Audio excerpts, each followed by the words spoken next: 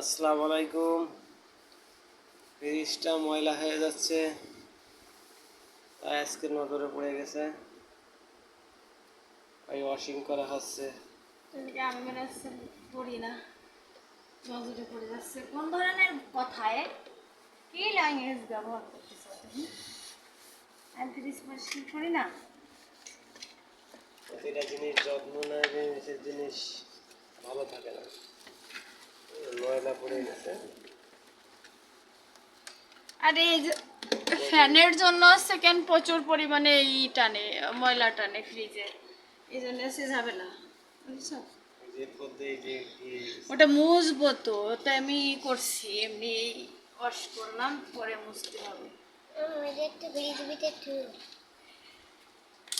আমি এমনি ওয়াশ করতেছি, পরে সুন্দর করে মুছবো আগে, ঠিক আছে? আগে সুন্দর করে ওয়াশটা করে নিয়ে তারপরে মুছে নেবো। আমি যেভাবে পরিষ্কার করি, ঘরের জিনিস যত্ন করি, এরকম কয়েকজন করে বলবো?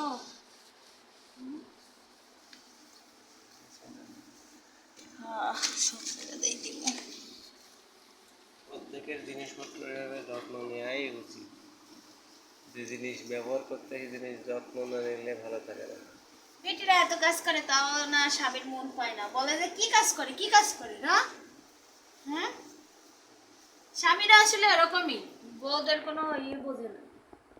যাক, যত্ন নেওয়ার জন্য ধন্যবাদ।